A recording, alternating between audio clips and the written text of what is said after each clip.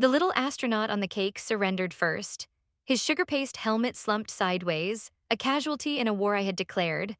Then his whole body dissolved into the river of cosmic blue frosting that was slowly bleeding across the cardboard base. I watched, chin propped on my hand, from the worn leather of our sofa. The cake, an obscenely expensive ice cream creation from that artisanal place downtown he'd been wanting to try, was supposed to be the centerpiece of Zachary's 30th birthday. Instead, it was becoming a monument to my disappointment, melting into a sticky pastel puddle on our coffee table. The tiny marzipan Saturn lost its rings next, which slid off and were swallowed by a pool of what was once a whipped cream nebula. You're probably thinking I'm a monster. Maybe I am. A small, rational part of my brain, the part that handles our finances, screamed at the sheer waste of $95.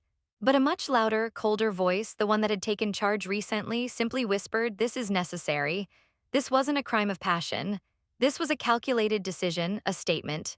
I didn't scream, I didn't throw things. I simply brought the cake home this afternoon, set it in the middle of the living room, and let the ambient warmth of our apartment do the work. Each drip of melted cream, each slide of a sugar sprinkle felt like a point being made, a lesson being taught. The air grew thick with the sickly, funerary sweetness of it all. It clung to the back of my throat. This was a visual metaphor for his ambition, for the potential I saw in him. A vibrant, promising thing left out in the open for too long, slowly collapsing under the pressure of basic expectations. He didn't deserve to blow out the candles, because in my eyes, he wasn't willing to do the work to earn the wish. So I sat there in the oppressive quiet of our apartment, listening to the soft, wet sigh of collapsing sugar, and I watched it die. I was the sole attendee at the funeral for the man I wished he would be. Before you write me off completely, you need to understand the landscape. I'm a senior financial analyst. My job is to look at an asset, identify its potential, and create a strategy to maximize its growth. I manage multi-million-dollar portfolios for people who trust me to build their futures. I've spent my entire adult life on a steep, upward trajectory. Zachary, my sweet, gentle, infuriating Zachary, shelves books at a community college library, and he was happy there. That right there was the problem. His happiness was a quiet, unassuming thing, a comfortable old sweater. My ambition is a tailored power suit. For the first year, it was charming. I loved his calm, how he could listen to me rant about market volatility for an hour and then just rub my shoulders and say, "Sounds tough." Want to watch a documentary about octopuses? He was my anchor, but an anchor's only job is to hold you in one place. I wanted to sail. So I started Project Zachary. It began small. I found an online certification course in digital archival management. "It's the future, Zach," I'd said, printing out the syllabus. "This could double your salary in 5 years." I paid the $400 enrollment fee as an early birthday gift. He was grateful, kissed me, and then the welcome email sat unopened in his inbox for 6 months until the login expired. When I brought it up, he just gave me that soft, wounded look. "I'm sorry, Izzy, I've just been so swamped at work." Swamped? At a library that closes at 8 p.m. Then came the job at the corporate law firm. My firm manages their retirement funds, and I heard through the grapevine that their massive legal library was looking for a new research head. It was a huge step up, a real title, a corner office, a salary that would have let us actually start saving for one of the houses I had bookmarked on Zillow. I pulled strings. I got his resume on the hiring manager's desk. All he had to do was apply officially and go to the interview. He never did. He claimed he missed the deadline, but we both knew he just let it pass. "I like helping the students," he'd said quietly, as if that was a valid excuse for turning down a 60% pay raise. It was like that with everything. I'd suggest we host a dinner party to network with my colleagues, and he'd agree, but then on the day of, he'd get a migraine. I'd draft a 5-year financial plan for us. And he'd look at it, smile his placid, infuriating smile, and say, "Looks great, hun," before changing the subject to a new brand of coffee he wanted to try. It was death by 1,000 passive-aggressive paper cuts. I wasn't his partner. I felt like his unpaid life coach, his career counselor, his motivational speaker. He wasn't resisting me with anger, he was resisting me with contentment, and it was making me lose my mind. I was trying to build an empire for us, and he was perfectly happy living in the gatehouse. So yes, the melting cake wasn't just about a birthday, it was a performance review for the last 3 years, and he had failed, spectacularly. The final straw was his 30th birthday. To me, it wasn't just a birthday, it was a deadline, a milestone. It was the launchpad for the next phase of our lives, and I had orchestrated the entire event with military precision. I'd booked the private room at a chic downtown cocktail bar, the kind with exposed brick and bartenders who call themselves mixologists. I'd invited a curated list of guests, my boss, a few senior colleagues, and a couple of my most successful clients. It wasn't a party, it was a strategic deployment.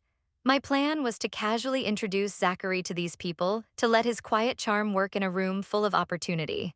I was building a bridge for him into my world, and all he had to do was walk across it. I told him about it the week before. I laid out the whole plan, my voice buzzing with the energy of a perfectly executed strategy. I watched his face as I spoke, expecting to see gratitude, excitement, anything. Instead, a slow, quiet horror dawned in his eyes. He waited until I was finished, his hands clasped together on the kitchen table. Izzy, he said, his voice barely a whisper, that's a lot. It's your 30th, Zach, it's supposed to be a lot.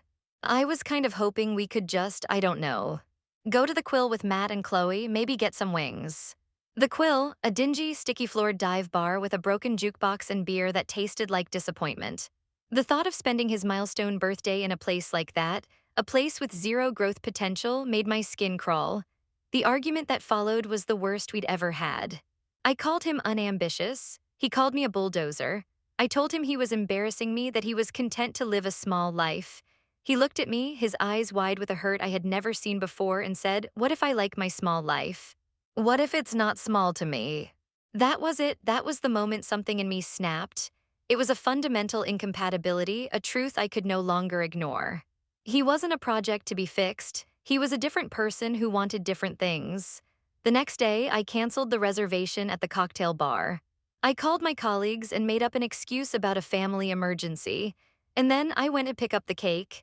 As the woman behind the counter boxed up the Cosmic Caramel Crunch ice cream cake, a memory surfaced. Zachary, a few months into our relationship, telling me about his childhood birthdays.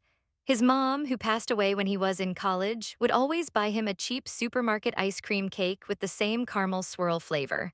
It was their thing. He'd told me the story with a rare, unguarded vulnerability.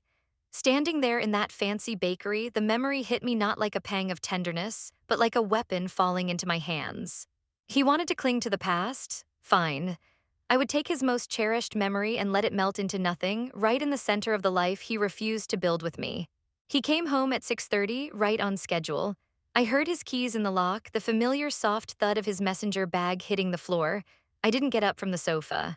I just sat there, my heart a cold, hard knot in my chest, and waited for him to see it. He walked into the living room, a tired smile on his face, ready to start his evening routine. "Hey, I was thinking," he started, and then his eyes landed on the coffee table. The smile vanished. The cake was a complete disaster zone now, a Jackson Pollock painting of sugar and dairy. The astronaut was gone, completely submerged. The once proud swirls of frosting were now just streaks of color in a beige-brown swamp of melted caramel ice cream, which was dripping steadily onto the hardwood floor. Drip, drip, drip. The sound was deafening in the silence. I had rehearsed this moment in my head a dozen times. I expected shouting. I expected him to demand what the hell was wrong with me. I had a whole speech prepared, a scathing indictment of his lack of drive, his refusal to grow up. I was ready for a fight, but Zachary didn't fight. He just stood there, his coat still on, and stared at the puddle. He didn't look at me. His gaze was fixed on the wreckage, on the liquefied memory of his mother's tradition. His shoulders slumped, not in anger, but in a way that seemed to hollow him out from the inside. The silence stretched on, thick and suffocating, broken only by the sound of the dripping. Finally, after what felt like an eternity, he looked up. Not at me, but sort of through me, as if he was seeing me for the first time, and the person he saw was a stranger. There was no anger in his eyes, there was no sadness. There was just a quiet, devastating clarity, a finality. He nodded slowly to himself more than to me. "I see," he whispered. That was all, 2 words. He turned without another glance, walked into our bedroom, and shut the door with a soft click. I sat there, my prepared speeches turning to ash in my mouth. The lack of a fight was so much worse than any fight could have been.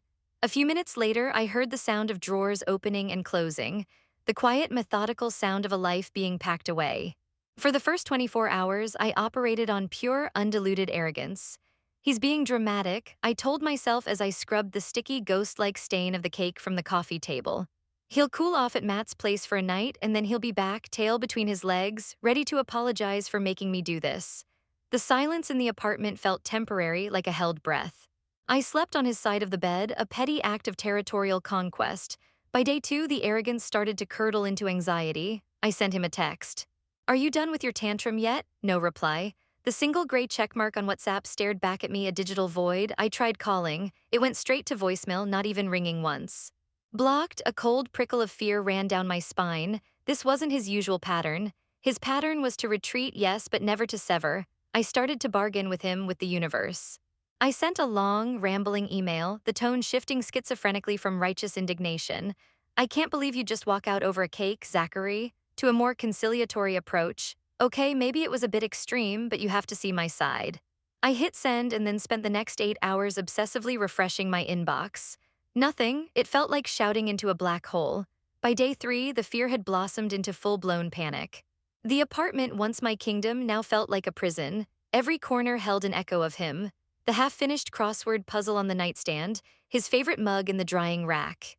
The sheer, suffocating emptiness where his presence used to be, he had packed with surgical precision. All his clothes, his books, his ridiculous collection of quirky socks gone. He hadn't left a single stray item behind, not a single breadcrumb for me to follow. It wasn't an escape, it was an erasure. I started to unravel. I called his phone 100 times, the automated, "The number you have dialed is not in service," message becoming my new soundtrack. I scrolled through his social media, my fingers shaking. Nothing, he hadn't posted anything, but I could see he had untagged himself from all our photos, one by one, methodically deleting our history. It was a quiet digital demolition. The silence wasn't just a lack of communication anymore. It was a statement, it was the answer. And the answer was, we are over. The finality of it was a physical blow, knocking the air from my lungs and leaving me gasping in the empty, silent apartment. On the 5th day of the silence, I broke. I couldn't stand the echo chamber of my own thoughts anymore. I called Chloe, our mutual friend, the one who was supposed to be at the Quill for his sad little Wings End beer celebration. My voice was a high-pitched, unnatural thing I barely recognized. I launched into my version of the story, framing it as a moment of tough love, a desperate attempt to wake him up. I painted him as the stubborn manchild and myself as the long-suffering, proactive partner. Chloe listened without interruption. When I finally ran out of breath, the line was quiet for a long moment. I expected validation, or at least a bit of, "Oh, Izzy, that's rough." Instead, what I got was a cool, measured distance. "Wow, Isadora," she said, and the use of my full name was like a slap. "That's a lot," the exact same words Zachary had used. "He's just overreacting, right?" I pleaded, hating the desperate edge in my voice. "I mean, it was just a cake." Another pause. This one was even heavier. "I don't think it was about the cake, Izzy," she said, her voice laced with an uncomfortable politeness. "Zach called Matt. He's staying with him for a bit. He said he just needs some space." Space? What does that even mean? Can you just talk to him for me? Tell him I'm sorry, tell him. "I don't think I should get in the middle of this," she said, and the finality in her tone was unmistakable. "Listen, I have to go. I hope you guys figure it out." She hung up before I could say another word. The call left me colder than before. It wasn't just Zachary who had cut me off. An invisible wall was going up all around me. Later that week, desperate for a sign, any sign, I started cleaning the apartment with a frantic energy, as if I could scrub away the emptiness. That's when I found it. Tucked away at the very bottom of his desk drawer, beneath a stack of old utility bills, was a folded-up printout from a real estate website. It was a listing for a small, one-bedroom apartment. It was on the other side of the city, in a quiet, leafy neighborhood right near the community college. The rent was modest, well within his solo salary range. The pictures showed a simple, clean space with a big window overlooking a small park. Tucked inside the folded paper was a handwritten budget, a simple savings plan. He'd been putting aside a few $100s every month. The title at the top of the page, written in his neat, careful script, was the Quill Fund. He had a goal. He had a plan, and it had absolutely nothing to do with me. The air in the apartment still smells faintly sweet, or maybe I'm just imagining it. A phantom scent of caramel and regret. I sit here on this same worn leather sofa in the same spot where I watched his birthday cake, our future, melt into a puddle. The silence he left behind is no longer a temporary state. It's the new architecture of my life. My phone feels heavy in my hand. It's a useless brick, a portal to a world I've been locked out of. A few minutes ago, I typed out a long, blistering message. I called him a coward, a spineless child who ran away instead of facing a real conversation.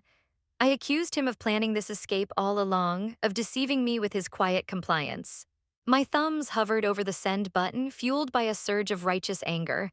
It felt good for a second to be the victim again, but I couldn't send it. With a shaking finger, I deleted the entire thing letter by letter. Then I started again. This time the words were different. I'm sorry, I was cruel. I took the one thing that was sacred to you and I destroyed it to make a point. I miss you.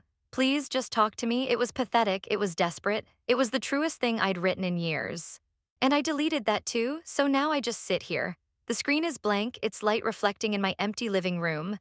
I am trapped in a loop, oscillating between rage and remorse, between blaming him and blaming myself. The successful, decisive woman who manages multi-million-dollar portfolios can't even decide which lie to tell herself tonight. I didn't just melt a cake. I took a good, quiet man who loved me and I systematically dismantled his happiness because it wasn't loud enough for me, and now all I have is the silence. And it is very, very loud.